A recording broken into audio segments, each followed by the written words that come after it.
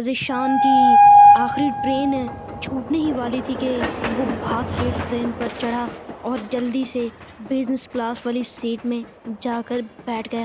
شکر کیا کہ ٹرین تو مل گئی، ورنہ اس کے بعد تو کسی ٹرین نے آنا ہی نہیں تھا۔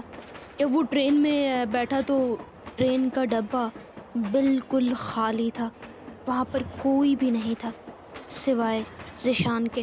خیر وہ اپنی سیٹ پر بیٹھا اور تھوڑی ہی دیر میں اسے نیند آ گئی۔ تقریباً 2 ہی منٹ کے بعد اسے محسوس ہوا کہ بہت شور ہو رہا ہے۔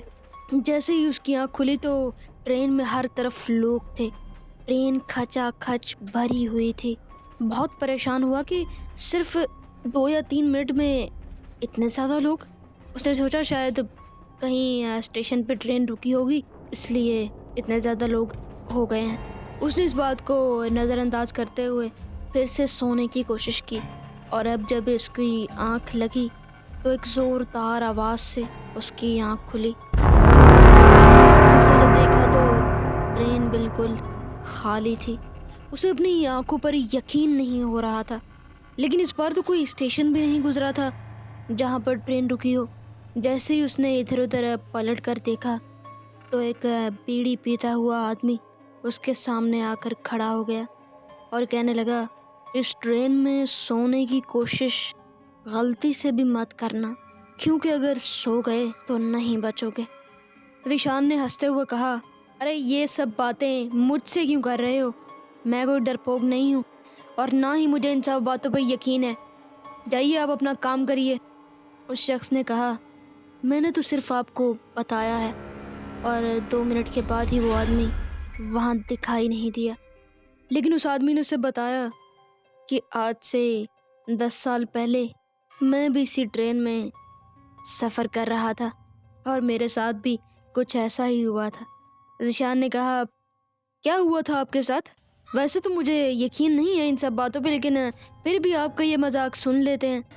اس آدمی نے کہا، آج سے تقریباً 10 سال پہلے میں جب ٹرین میں چڑھا تھا تو ایسے ہی جیسے آپ کو لگا کہ لوگ ڈبے میں نہیں ہیں، کوئی نہیں تھا، لیکن تھوڑی دیر کے بعد ہی ٹرین بھر چکی تھی لوگوں سے۔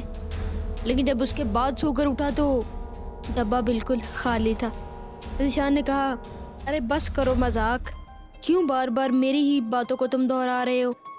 اس آدمی نے کہا، پتہ ہے اس کے بعد میرے ساتھ کیا ہوا تھا؟ کیا ہوا تھا آپ کے ساتھ؟ بتائیے ذرا۔ اس نے کہا، میرے سامنے ایک آدمی بیٹھا ہوا تھا اور وہ اخبار پڑھ رہا تھا۔ جب اس آدمی نے اخبار اپنے چہرے سے نیچے کیا تو اس کا سر خون سے لت پت تھا۔ ایسا لگ رہا تھا جیسے اس کا سر پھٹ چکا ہے، لیکن وہ آدمی بہت آرام سے بیٹھا ہوا تھا۔ جیسے ہی اس نے میری طرف دیکھا تو وہ میری طرف بھاگا، لیکن میں ٹرین کی گیٹ کی طرف بھاگا۔ وہ آدمی میرے پیچھے ہی تھا اور اچانک سے مجھے روک کر کہا، ارے اتنا گھبرا کیوں رہے ہو؟ یہ پانی پی لو۔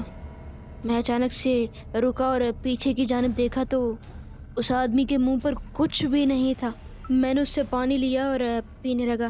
اس کے تھوڑی ہی دیر بعد اسی آدمی نے مجھے اس ٹرین سے دھکا دے دیا تھا۔ ذیشان ہنسا اور، ارے واہ، بہت اچھی کہانی سنا لیتے ہیں آپ تو، بہت شکریہ آپ کے وقت کا، اب آپ جا سکتے ہیں۔ ذیشان نے کہا، اس کا مطلب کہ اب آپ اس دنیا میں نہیں ہیں اور میرے سامنے کوئی بھوت کھڑا ہے۔ جائیے جائیے، کسی اور کو یہ کہانی سنائیے گا۔ خیر اس نے اس بات کو نظر انداز کرتے ہوئے پھر سے سونے کی کوشش کی، اور اچانک سے ایک آواز زور زور سے آنے لگی۔ ذیشان کی آنکھ کھلی تو اس نے ادھر ادھر دیکھا، لیکن کوئی نہیں تھا، لیکن وہ آواز پھر سے بہت تیزی سے ذیشان کی طرف بڑھ رہی تھی۔ ذیشان اٹھا اور اسے کوئی دکھائی تو نہیں دیا، لیکن وہ آواز مسلسل آتے ہی جا رہی تھی۔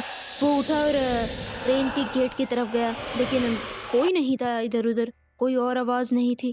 بہت گھبرایا اور اسے اسی بیڑی والے انسان کی باتیں یاد آنے لگی، لیکن اس نے کہا، نہیں تھک گیا ہوں نا، اس لیے شاید ایسا محسوس ہو رہا ہے۔ اور پھر سے جب اپنی سیٹ کی طرف چل دیا تو اچانک سے اس کے سر پر ایک بہت زیادہ بڑی چیز سے وار ہوا۔ لڑکھڑاتے ہوئے پیچھے کی طرف دیکھا تو وہی بیڑی والا شخص ہاتھ میں راڈ لیے کھڑا تھا۔ اس کے منہ پر خون کے بہت نشان تھے، اس کا سر پھٹا ہوا تھا، خون اس کے سر سے بہہ رہا تھا۔ میرے حلق سے کوئی آواز نہیں نکلی اور اس آدمی نے کہا، میں نے کہا تھا نا ٹرین میں سونا مت، سو گئے تو نہیں بچو گے۔